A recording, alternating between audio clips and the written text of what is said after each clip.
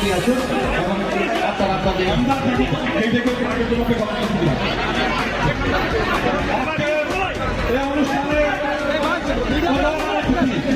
নেতা, আমাদের প্রান্তীয় নেতা, আমাদের মানুষের নেতা, প্রধানমন্ত্রী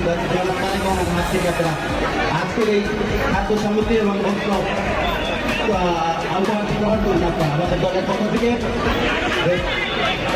সবাইকে বলবো সারিবদ্ধভাবে আপনারা সবাই সুশৃঙ্খলভাবে আপনারা আস্তে আস্তে এগিয়ে আসুন এবং আপনারা আপনাদের